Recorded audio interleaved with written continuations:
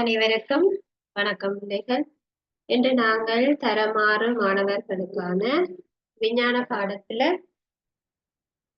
3ஆம் தவணைக்குரிய பாட அலகு வாழ்விற்கு மின்சாரம் தொடர்பாக பார்க்க இருக்கு.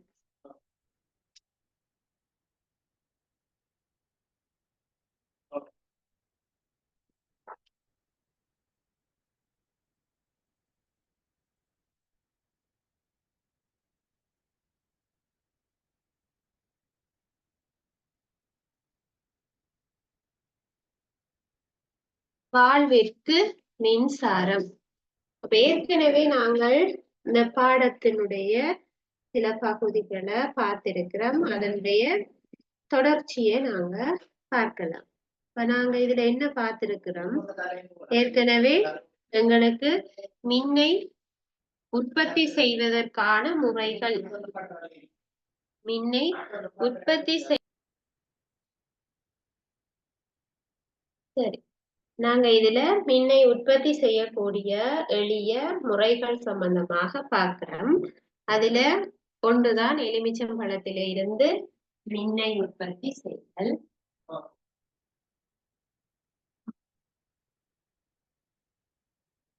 எலுமிச்சையில இருந்து மின்னை எப்படி உற்பத்தி செய்யலாம் என்ற தொடர்பா பார்த்தனாங்க. அடுத்ததாக கம்பிச்சுருள்ல இருந்து மின்னை உற்பத்தி செய்தல்.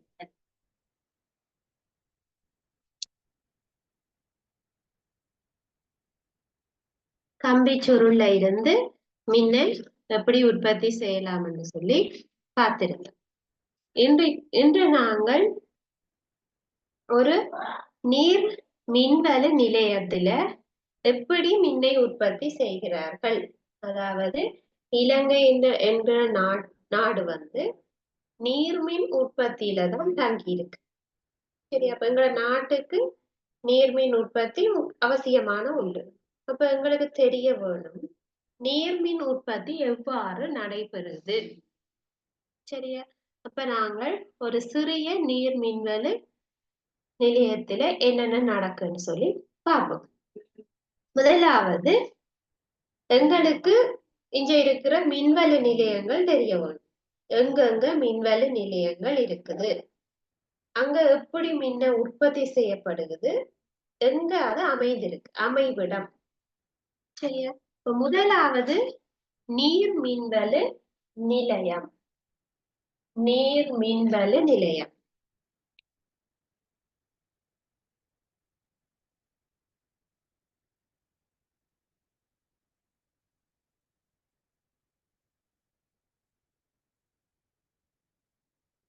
நீர் மின்வல நிலையம். நீர் மின்வல நிலையம் எப்படி மின்னை உற்பத்தி செய்கிறார்கள்? நீர்த்தாரை, அதாவது நீர் வீழ்ச்சியில இருந்து நீர் அருவி கொட்டு, அந்த நீர் விழுகிறத கொண்டு ஒரு சுழலியை இயங்க செய்தல். சுழலி என்று சொல்றது இல்லையா, நீங்க இந்த காற்றாடி மாதிரியான ஒரு அமைப்பை பார்த்திருப்பீங்க. அதுல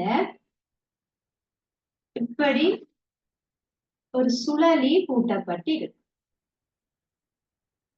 இப்ப இது இணைக்கப்பட்டிருக்கும். இந்த சுழலின்ற சில்லுக்கு மேல உங்களுக்கு நீர் விழுகின்ற போது, இதுல நீர் விளைய இந்த சுழலி இந்த பக்கமாக சுழல தொடங்கும். யோசிச்சு பாருங்க, இதுல தண்ணி கொட்டினா இது இப்படியே திரும்பும், ரொட்டேட் ஆகும். அப்ப இப்படியே இந்த சுழலி என்ன செய்யும்? சுழல போகும். இப்ப இந்த பக்கமா நீர் கொட்ட கொட்ட இது இப்படி ரவுண்டா சுழலும். அப்ப ஒரு சைடு தண்ணி கொட்டேக்க இது சுழலேக்குள்ள இது ஒரு ஃபேன் மாதிரி இயங்கும், சுத்தி கொண்டு இருக்கு. பாருங்க, இது இப்படியே ரவுண்டா சுழல போகும். இப்படி சுழறதுனால எங்களுக்கு ஒரு இயக்க சக்தி கிடைக்குது. இந்த ஃபேன் சுத்து, இந்த ஃபேனை சுழல வச்சு அதுல இருந்துதான் என்ன செய்ய போறோம்? கரண்ட் எடுக்க போறோம். இப்ப யோசிச்சு பாருங்க, ஒரு காற்றாலையில காற்றாடி சுழல வேணும். காற்றாடி சுழலுவதன் மூலம் அதை எடுத்துத்தான் நாங்க பிறகு அதை மின் மோட்டருக்கு இணைக்க போறோம். சரி, அப்ப எங்களுக்கு இந்த ஸ்பில்ல என்னது சுழல வைக்க வேணும். நாங்க இருந்து சுத்தி கொண்டு இருக்கலாம் தானே பிள்ளையாரு இத. அப்ப அது தானா விழுகிற நீர் என்ன செய்யும்? சுழல வைக்கும். உயரமான ஒரு மலையில இருந்து விழக்கூடிய அருவி நல்ல ஃபோர்ஸா வந்து விழும். அப்ப இது வேகமாக சுழலும். காற்று வீசும் போது பெரிய காற்றாலைகள் இருந்தா அது ஃபேன் பெருசா அதோட இறக்கைகள் பெரிதாக இருக்கும், பெரிதாக சுழலும். அதே போல இந்த நீர்ச்சுழலியும் சுழல தொடங்கும். தண்ணி கொட்டுறதுனால இந்த சுழலி சுழல். அப்ப இது சுழல்றதுல இருந்துதான் மின் பிறப்பாக்கிக்கு இதுல இருந்து இணைக்கப்படும். அந்த மின் பிறப்பாக்கியில கிடைக்கிற கரண்ட சிறிய அளவுல வார கரண்ட பிறகங்கால பெரிதாக மாற்றி அவர்கள் பயன்படுத்திக் கொள்வார்கள். அப்ப இந்த நீர் மின்வல நிலையம் எங்கு அமைந்திருக்கு, அதாவது இலங்கையில அது எங்க இருக்கு யோசிச்சு பாருங்க. நீர் அப்படி கொட்டினாத்தான் என்ன செய்யும்? அந்த நீர் சுழலி சுழல். அப்ப நீர் எங்களுக்கு கொட்டுற மாதிரியான இடமாத்தான் நீர் மின்வல நிலையம் அமைக்க வேணும். பிறகு யாழ்ப்பாணத்துல கொண்டு வந்து நீர் மின்வல நிலையம் அமைக்க போறோம்னு சொல்லலாமா? இல்லாட்டி சரி வவுனியால கொண்டு வந்து நீர் மின்வல நிலையம் அமைக்க போறோம்னு சொல்லலாமா? அது வந்து கொஞ்சம் போர்ஸா தண்ணி வார இடங்கள்ல தான் வைக்க போறோம். யாழ்ப்பாணத்துல ஒரு குளமும் இல்ல, நீர்வீழ்ச்சியும் இல்ல. அப்ப அங்க கொண்டு போய் நீர் மின்வல நிலையம் அமைக்க போறோம்னு சொல்லலாமா? அப்ப நல்ல போர்ஸா தண்ணி வரவும். அது தண்ணி அந்த சில்லை சுழலை செய்ய வேணும், சுழலிய அதுல இருந்து மின் பிறப்பாக்கி இணைக்க வேணும். அதுக்கு பிறகு கரண்ட் எடுக்கணும். அப்ப எங்களுக்கு நீர் மின்வல நிலையம் எங்க அமைந்திருக்குன்னா நீர் தேக்கங்கள் அதிகமாக இடத்துல இருக்க வேணும், அல்லது நீர் வீழ்ச்சிகள் அதிகமாக இருக்க வேணும். கொத்மலை நீர்த்தேக்கம், கொத்மலை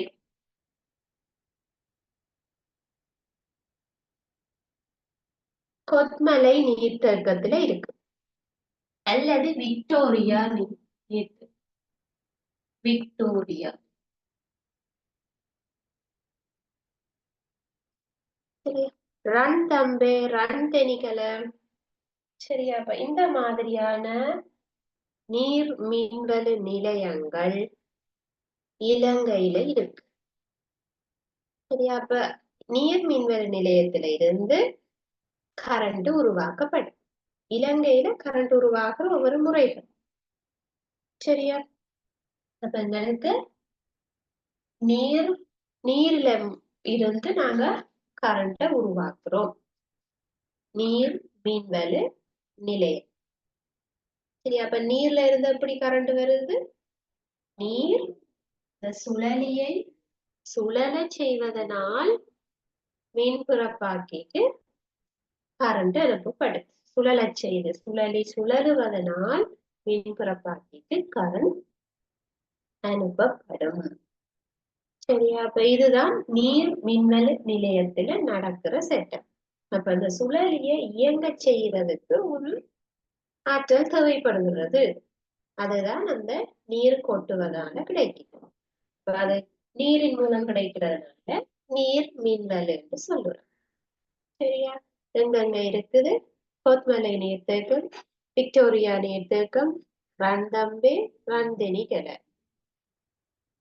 அந்த இடங்களுக்கு போனா நாங்க நீர் மின்வல நிலையங்களை பார்க்கக்கூடிய மாதிரி இருக்கும். அடுத்ததாக நாங்க பார்ப்போம் அனல் மின் நிலையம். அனல் மின் நிலையம்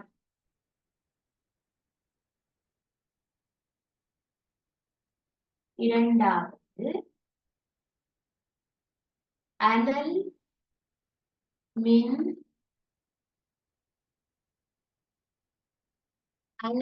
நிலையம்.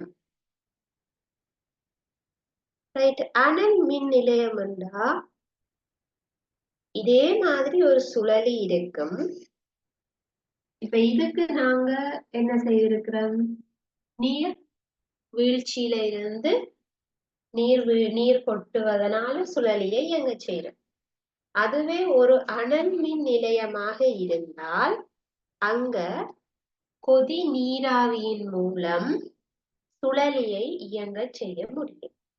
அப்ப நீரை கொதித்து ஆவியாக்கி கொதி நீராவியாக மாறி வர அந்த ஆவிதான் இந்த சுழலிய சுத்த போகுது. கொதி நீராவி, நீர் கொதித்து ஆவியாக வருவது. அப்ப அந்த ஆவியினால் இந்த சுழலியை இயங்க வைக்க வேண்டும். சுழலி இயங்கிச்சுன்னா நேரடியாக மின் பிறப்பாக்கிக்கு கரண்ட் பிறப்பிக்கப்படும். சரி, அதோட மின் பிறப்பாக்கி இணைச்சு கரண்ட் எடுக்கணும். இந்த மின் பெற்றுக்கொள்ளுகின்ற முறை அனல் மின் நிலையத்தில நடக்கும். நீரை பயன்படுத்தினா நீர் மின் நிலையம், கொதி நீராவியை பயன்படுத்தினா அனல் மின் நிலையம். சரியா? அப்ப எது நீர், எது நீராவி மூலம் இயங்குகின்ற நிலையம் என்பது மறக்க கூடாது. சாதாரணமாக நீர் அருவி மூலம் அல்லது நீர்த்தேக்கத்தில கொட்டுற நீரை வச்சு கொண்டு மின்பிறப்பாக்கியின் மூலம் மின்னை உற்பத்தி செய்வது நீர்மின்வெளி நிலையங்கள். கொதித்து ஆவியாக வருகின்ற நீராவியை கொண்டு இதே சுழலியை இயங்க செய்து அதில இருந்து கரண்ட உற்பத்தி செய்வது அனல் மின் நிலையம். சரியா? ரைட். அனல் மின் நிலையம் எங்க இருக்குதுன்னா நுரைச்சோலை அனல் மின் நிலையம். நுரைச்சோலை அனல் மின் நிலையம் என்று சொல்லும். சரியா? அனல் மின் நிலையத்துல எவ்வாறு மின் உற்பத்தி நடக்குது? அந்த சுழலி கொதி நீராவி மூலம் இயங்க செய்யப்படும். கொதி நீராவி, கொதி நீராவி மூலம் இயங்க செய்யப்படும். அதே போல மூன்றாவதா இருக்கக்கூடிய மின்வெளி நிலையம். நாங்க முதலாவது பார்த்தோம் நீர் மின்வெளி நிலையம், இரண்டாவது அனல் மின்வெளி நிலையம், மூன்றாவது எரிபொருட்களினால் செய்யப்படக்கூடிய மின்வெளி நிலையம். எரிபொருட்களினால், எரிபொருள் என்னத்தையும் பெட்ரோல், டீசல்.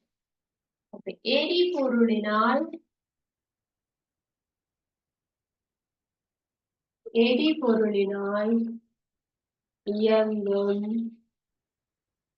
மின்வெளி நிலையம்.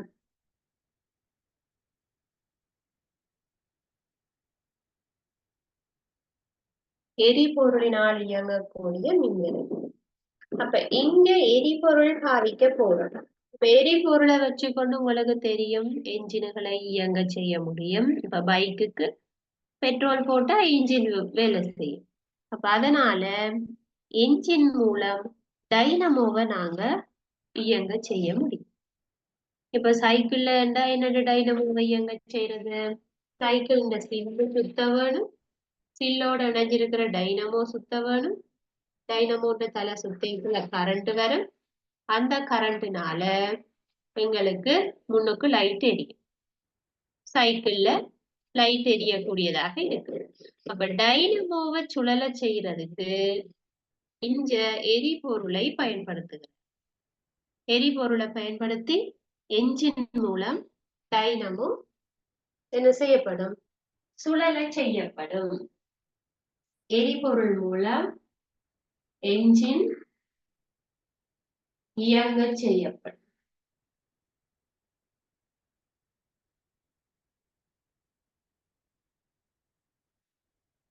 எரிபொருளினால் என்ஜின் இயங்க செய்யப்பட்டு டைனமோ வேலை செய்யும்.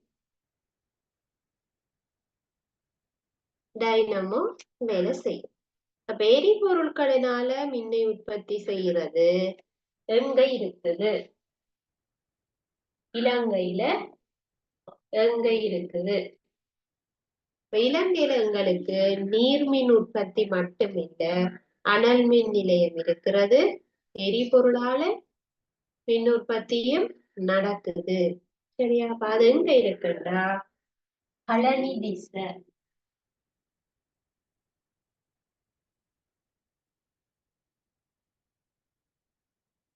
கழனி திசை என்கின்ற இடத்துலதான் இந்த எரிபொருட்களினால உற்பத்தி செய்யக்கூடிய மின்சாரம் எடுக்கிற நிலையம் இருக்கு. அப்ப உங்களுக்கு தெரிஞ்சிருக்கும், இந்த கொரோனா டைமுகள்ல எல்லா வீட்டிலையும் பவர் கட் அதிகமாக ஏற்பட்டிருக்கும். அதாவது ஒரு நாளைக்கு 6 தொடக்கம் 8 மணி நேரம் பவர் கட்டை நீங்க அனுபவிச்சிருக்கிறீங்க. அப்ப இந்த பவர் கட் வர வேண்டிய சந்தர்ப்பம் ஏன் வந்தது?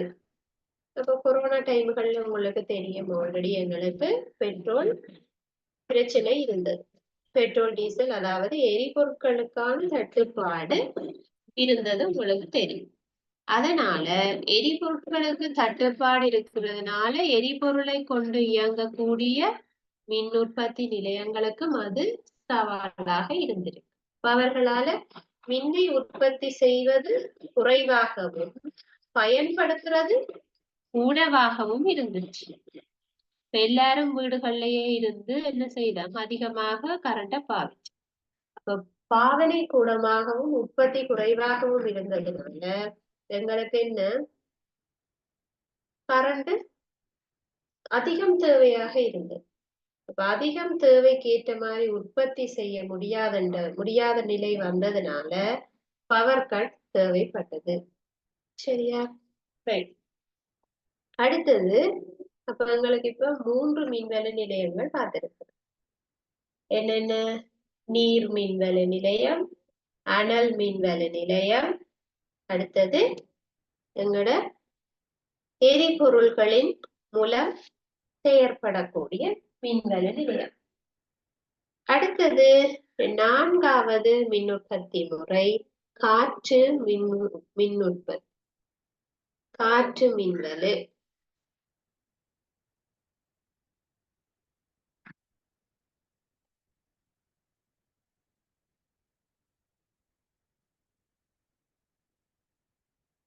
காற்று மின்வெளு நிலை.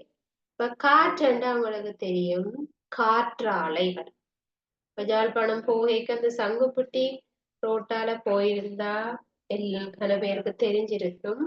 இந்த கடற்கரையில சைட்டுல பெரிய அளவில காற்றாலைகள் நிர்மாணிக்கப்பட்டிருக்கு. இப்ப அது நல்லா வெளியான ஒரு இடம். காற்று வீசுகின்ற வெளியில அந்த காற்றாலையை அவர்கள் நிர்மாணித்திருக்கிறதுனால அந்த காற்றாலை எப்போதும் சுழன்று கொண்டே இருக்கும். அப்ப அந்த காற்றாலையை சுழலச் செய்து அதோட மின் பிறப்பாக்கியை இணைப்பார்கள். காற்றாலை என்ன செய்யும், நீர் மின்வெள நிலையத்துல நீர் சுழலி சுழன்ற மாதிரி காற்றாலைகளில் காற்றாலை அந்த அந்த விசிறி இருக்கு இல்லையா, பெரிய பெரிய பிளேட்ஸா இருக்கும் அதனுடைய விசிறி ஃபேன், அது என்ன செய்யும், எப்ப பார்த்தாலும் சுழன்று கொண்டே இருக்கும். அதை சுழலை செய்து அதோட ஒரு ஜெனரேட்டர் ஃபிக்ஸ் பண்ணி அந்த காற்று சுழல்கின்ற சக்தியை பயன்படுத்தி நாங்கள் கரண்டை உற்பத்தி செய்யலாம். இப்ப அது எங்க அமைந்திருக்குன்னா இலங்கையில அம்பாந்தோட்டையில இந்த காற்றாலை அமைந்திருக்கு. இப்ப நீங்க சங்கப்பட்டி போயிருந்தா தெரிஞ்சிருக்கும், ஜாழ்ப்பாணம் போற ரோட்டிலையும் காற்றாலைகள் புதிதாக நிர்மாணிக்கப்பட்டு வருகிறது. சரியா? இப்ப இலங்கையில மின் உற்பத்தி நடைபெறக்கூடிய என்ன முறைகள் அமைந்திருக்கிற இடங்கள் பார்த்திருக்கிறோம். என்னென்ன? நீர் மின்வெள நிலையம், அனல் மின்வெள நிலையம், எரிபொருள் மின்வெள நிலையம், காற்று மின்வெள நிலையம். சரியா? அப்ப அது ஒவ்வொன்றும் எங்க இருக்கிறது என்று தொடர்பாக நீங்கள் பார்த்துக்கொள்ள வேண்டும். சரியா? அப்ப இன்றைக்கு நாங்க படிச்ச விஷயம் இதோட தொடர்ச்சி நாங்க சில வினாக்களை பார்த்து கொள்ளுவோம். இப்ப நீங்க உங்களுடைய பயிற்சி கோப்பில பகுதி 1க்குரிய வினாக்கள் என்று போட்டுட்டு 1ல இருந்து நம்பர் பண்ணிட்டு ஆன்சரை மட்டும் நோட் பண்ணி கொள்ளு.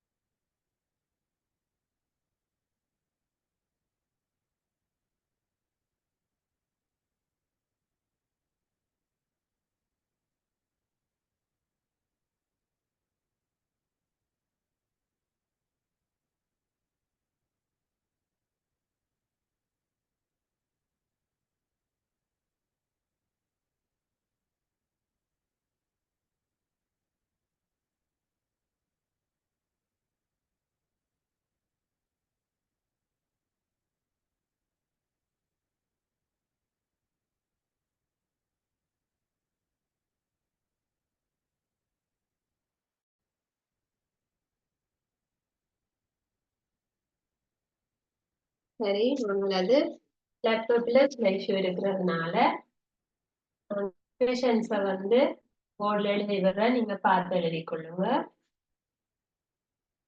போட்டுக்கொள்ளுங்க. பின்வரும் வினாக்களுக்கு விடை எழுதுக.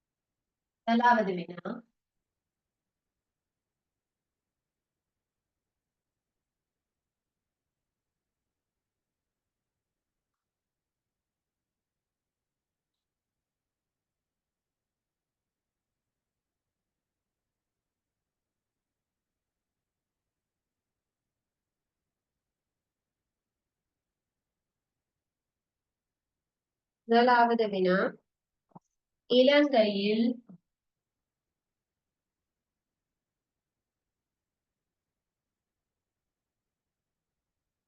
நீர்மின்வெளு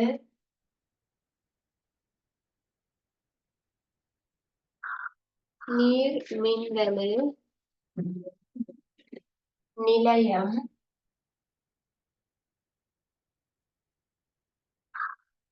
அமைந்துள்ள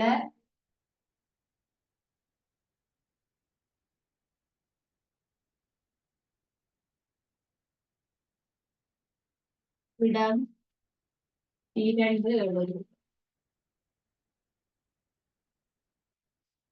இலங்கையில் நீர் மின்வெள நிலையம் அமைந்துள்ள இடம் 2 எழுதுக. உங்களுக்கு புத்தகத்துல 4 விடைகள் தரப்பட்டிருக்கிறது. நீங்கள் அதில ஏதாவது 2 எழுதி கொள்ளலாம். அடுத்தது இரண்டாவது,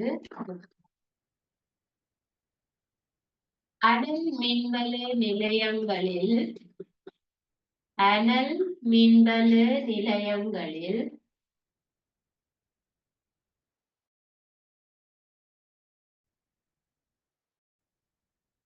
அனல் மின்வெள நிலையங்களில் எவ்வாறு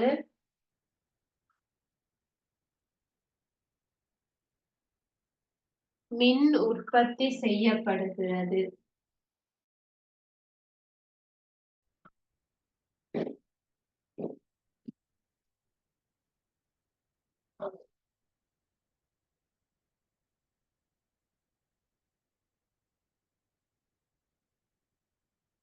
எவ்வாறு மின் உற்பத்தி செய்யப்படுகிறது?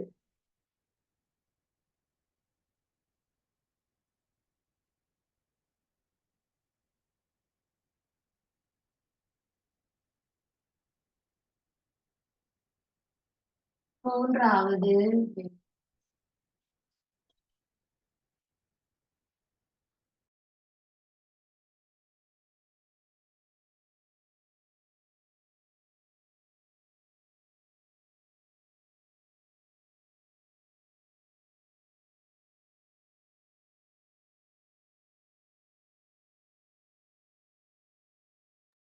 காற்று மின்வலு நிலையம் அமைந்துள்ள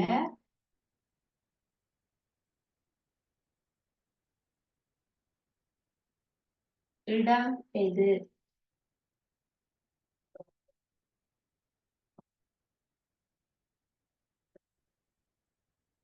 இந்த வினாக்களுக்குரிய விடைகளை எழுதிக் கொள்ளும்.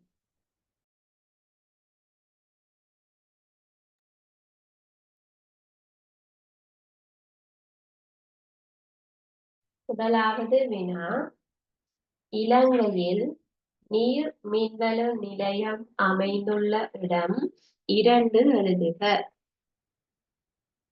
ஏதாவது 2 இடங்கள் எழுதிக் கொள்ளும்.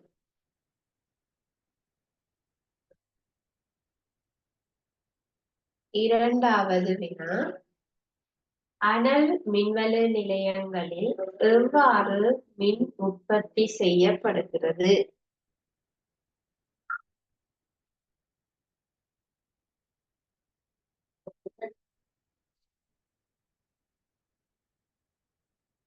மூன்றாவது வினா, காற்று மின்வலு நிலையம் அமைந்துள்ள இடம் எது? அமைந்துள்ள இடம் எது?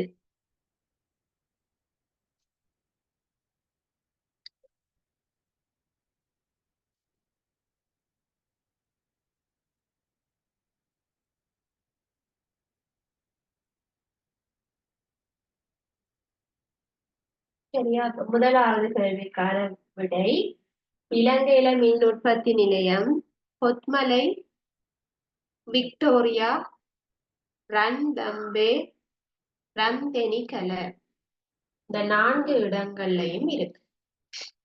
உங்களுக்கு எது ஞாபகம் இருக்கிறதோ அதை நீங்க எழுதிக் கொள்ளணும். இரண்டாவது வினா, அனல் மின்வலு நிலையங்களில் எவ்வாறு மின் உற்பத்தி நடக்குது? அப்ப எங்களுக்கு அனல் மின் உற்பத்தி நிலையத்தில இருந்து கரண்டை உற்பத்தி செய்கின்ற முறை பார்க்கிறோம். அங்க என்ன நடக்குது? கொதிநீராவியின் மூலம் அந்த சுழலி என்ன செய்யப்படுது? சுழலச் செய்யப்பட்டு கொதிநீராவியின் மூலம் சுழலியை சுழலச் செய்து அதனுடன் மின் பிறப்பாக்கியை இணைத்தல் செய்கிற கொதி நீராவி மூலம் சுழலியை சுழலச் செய்து கொதி நீராவி மூலம் சுழலியை சுழலச் செய்து அதனை மின் பிறப்பாக்கியுடன் இணைத்து பெறப்படும். தெரியாதாக்கள் இதோட பாட புத்தகத்துல இது 133வது பக்கத்துல இருக்குது. இதுக்குரிய விடைகள் நீங்க செக் பண்ணி கொள்ளலாம். மூன்றாவது வினா, காற்று மின்வலு நிலையம் அமைந்துள்ள இடம் எங்க இருக்கிறது? அம்பாந்தோட்டை. சரியா? அப்ப இன்று நாங்கள் பார்த்த விடயங்களை ஞாபகப்படுத்துவோம். இன்றைக்கு நாங்க நீர் மின்வலு மற்றும் மின்னை உற்பத்தி செய்யக்கூடிய ஒவ்வொரு முறைகள். நீர் மின்வெள நிலையம் அங்க என்ன மாதிரி முறையில கரண்ட உருவாக்குகிறது, இந்த நீர் மின்வெள நிலையம் எங்க அமைந்திருக்கு என்பது தொடர்பான விடயங்கள் பார்த்தோம். நீர் மின்வெள நிலையம் எப்படி வேலை செய்யுது, அந்த சுழலியை இயங்க செய்கிறதன் மூலம். சுழலியை யார் இயங்க செய்வது? நீர். அப்ப அது நீர்மின் உற்பத்தி. அதே போல அனல் மின் நிலையம் என்றா கொதி நீராவி அந்த சுழலியை இயங்க செய்ய போகுது. அடுத்தது காற்று மின்வெள நிலையம் என்றா காற்று அந்த காற்றாலைய சுழல வைக்க போகிறது. என்ஜினாக இருந்தால் என்ஜின என்ன என்ன எரிபொருளாக இருந்தால் என்ஜின் உதவியோட டைனமோவை சுழல வைக்க போறோம். அது எல்லாமே ஒரு இயக்கம் நடக்க வேணும் என்றதுதான் எங்களுக்கு இதுல இருந்து விளங்கிக் கொள்ளக்கூடிய விடயமாக இருக்கும். சரியா? அப்ப இன்றைய பாடம் உங்களுக்கு விளங்கி இருக்கும்னு நினைக்கிறேன். இதுல ஏதாவது டவுட் இருந்தா நீங்க கேட்கலாம்.